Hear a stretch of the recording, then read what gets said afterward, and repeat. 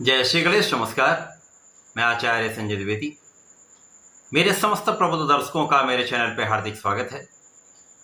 प्रिय दर्शकों, आज मैं नवग्रहों में युवराज बुध तथा दैत्य गुरु शुक्राचार्य के राशि परिवर्तन के प्रभाव को लेकर आपके सम्मुख उपस्थित हूं। 10 अक्टूबर को बुध अपनी राशि का परिवर्तन कर चुके हैं तथा शुक्राचार्य की मूल त्रिकोण राशि तुला राशि में प्रवेश कर चुके हैं। तुला राशि में पहले से ही शुक्राचार्य का गोचर चल रहा है, जो मालव्य योग में है, अति प्रबल अवस्था है। अब जब यहाँ पर बुध मित्र की राशि में मित्र के साथ गोचर करेंगे तो महाराजयोग का निर्माण होगा। मालव्य योग यहाँ पर पहले से ही चल रहा है। यहाँ पर महाधनदायक लक्ष्मी नारायण योग का निर्माण होगा। अब ये अलग अलग राशि के जातकों के लिए अलग अलग भाव में बनेगा, अलग अलग स्थानों पर बनेगा, उसी के अनुसार ही परिणाम की प्राप्ति होगी। आज मैं वृश्चिक राशि के लिए बुध तथा शुक्र के इस राशि परिवर्तन का क्या प्रभाव मिलने वाला है, किन भावों में वृद्धि होगी, इस समय में आप कितना लाभ ले पाएंगे, यदि कहीं पर कोई समस्या है अथवा आ सकती है तो उसका क्या निराकरण है, संपूर्ण विश्लेषण मैं पूर्ण तर्क के साथ करने जा रहा हूँ। प्रिय दर्शकों, इस राशिफल को आप अपने लग्न तथा चंद्र राशि दोनों के अनुसार देख सकते हैं। वृश्चिक राशि मंगल की राशि है। मंगल की राशि वृश्चिक राशि के लिए यदि हम अवलोकन करें तो बुध यहाँ पर आपके लिए अष्टम भाव के स्वामी तथा आपके लाभ के स्वामी है, तो शुक्राचार्य यहाँ पर आपके सप्तम के स्वामी तथा द्वादश के स्वामी। यहाँ पर वर्तमान समय में बुध और शुक्र का जो गोचर है वो आपके 12वें भाव में चल रहा है। 12वां भाव जो कि तर्क भाव है, नकारात्मकता का भाव है। यद्यपि यहाँ पर शुक्राचार्य को कार्यकत्व प्राप्त है, परंतु कहीं न कहीं निर्बलता निश्चित रूप से रहती है। बुध यहाँ पर विशेष रूप से निर्बल रहेंगे। अब यहाँ पर बुध निर्बल होंगे, परंतु कुछ विशेष स्थितियां भी बन रही जब लक्ष्मी नारायण योग आपके 12वें भाव में बनेगा, क्योंकि यहाँ पर बुध विपरीत राजयोग में होंगे, जिसका लाभ यहाँ पर आपको प्राप्त होने वाला है।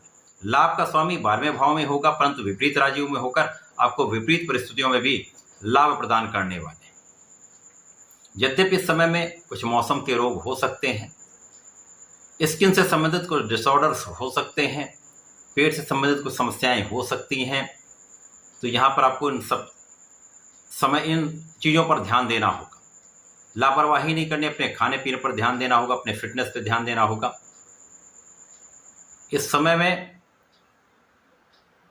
वाणी पर पूर्ण रूप से नियंत्रण रखना होगा, क्योंकि वृश्चिक राशि मंगल की राशि है, जहाँ पर आपका आवेग, आपकी वाणी कहीं ना कहीं विवाद का कारण बन सकती है। ध्यान देना अत्यंत आवश्यक है। सावधान रहना विशेष रूप से आपके लिए लाभकारी होने वाला है। अब मंगल भी आपके अष्टम भाव में ही चल रहे हैं, जो लग्न के स्वामी, तो विशेष रूप से सावधानी रखनी हो। स्वास्थ्य समस्याएं, वाणी पर नियंत्रण तथा अपने क्रोध पर आपको नियंत्रण रखना हो। इसके अतिरिक्त यहाँ पर शुक्राचार्य का प्रभाव निश्चित रूप से पहले से ही यहाँ पर आपके प्रेम के भाव को बढ़ा रहा है, ऐश्वर्य वैभव में वृद्धि कर रहा है। यहाँ पर जीवन साथी के साथ भी आपसी प्रेम में वृद्धि होगी, साझेदारी में विशेष लाभ लेंगे। जो लोग विदेश से संबंधित होकर कोई कार्य कर रहे हैं, वहाँ पर बड़ा धन लाभ आपको प्राप्त हो सकता है। इसी प्रकार से यहाँ पर किसी स्त्री के कारण ही कुछ विवाद की संभावना विशेष रूप से दिखती, तो किसी भी प्रकार के भोग विलास से आपको बचना चाहिए, किसी प्रकार के विवाद से आपको बचना चाहिए। वो आपके लिए अत्यंत हितकर रहने वाला है। जब 13 अक्टूबर को शुक्राचार्य राशि परिवर्तन करेंगे, आपके 12वें भाव से निकलकर लग्न में पहुंच जाएंगे। अब यहाँ पर स्थिति पहले से बहुत अच्छी हो जाएगी, क्योंकि शुक्राचार्य लग्न में आ जाएंगे तो लग्न के भाव को प्रबल करेंगे, आपका तनाव कम करेंगे, विवाद की संभावना कम होगी, भोग विलास की कमी होगी तथा इस समय में आप अपना संपूर्ण प्रभाव दे पाएंगे। इस समय में आपका प्रभाव भी बढ़ेगा, आपके अंदर आकर्षण भी बढ़ेगा, आपकी क्षमता में वृद्धि होगी, क्योंकि मंगल ऊर्जावान राशि है। यहाँ पर यदि किसी अच्छे ग्रह का संयोजन बन जाता है तो आपकी ऊर्जा का सही प्रयोग आप कर पाते हैं। तो इस समय आप अपनी ऊर्जा का सही प्रयोग कर सकते हैं, परंतु मन को भटकने से बचाना होगा। भटकाव कष्ट का कारण बनता है। यदि आप अपनी ऊर्जा का सही उपयोग सही दिशा में करेंगे तथा अपने ज्ञान का, अपनी बुद्धि का सही उपयोग करेंगे तो इस समय आपको अच्छा लाभ प्राप्त हो सकता है। ऋण प्राप्ति के लिए यदि प्रयासरत हैं तो ऋण प्राप्त हो सकता है। ऋण चुकाना चाहते हैं तो ऋण आप चुका पाएंगे। इसी प्रकार से इस समय कहीं न कहीं कोई न कोई आलोचना करने वाले लोग रहेंगे, परंतु आप उन पर भी विजय प्राप्त करते हुए आगे बढ़ते जाएंगे।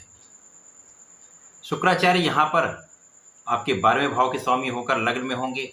12वें भाव में लाभ के स्वामी भी हैं। यहाँ पर आपका कुछ व्यय बढ़ेगा, कुछ शारीरिक समस्याओं में आपका व्यय हो सकता है, कुछ आध्यात्मिक यात्राओं में आपका व्यय हो सकता है, यात्राओं के भ्रमण में, तीर्थ यात्राओं के घूमने फिरने में आपका कुछ व्यय हो सकता है, कुछ आमोद प्रमोद में आपका व्यय हो सकता है। किसी भी अकारण व्यय से आपको बचना चाहिए। ये अकारण व्यय ऋण का कारण बन सकते हैं। ध्यान देना ही लाभकारी रहने वाला है। परंतु इस समय में निश्चित रूप से कहीं न कहीं से आपके लिए धन की व्यवस्था होती रहेगी, आपके पास धन आता रहेगा।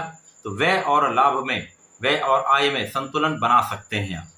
यदि आप चाहेंगे तो समय अपने संपूर्ण श्रम का उपयोग करके, अपने पूर्ण क्षमता का उपयोग करके आप इस समय का लाभ ले सकते हैं। अब बुध लाभ के स्वामी हैं। इस समय में आपकी इच्छा पूर्ति में कुछ समस्याएं आ सकती हैं।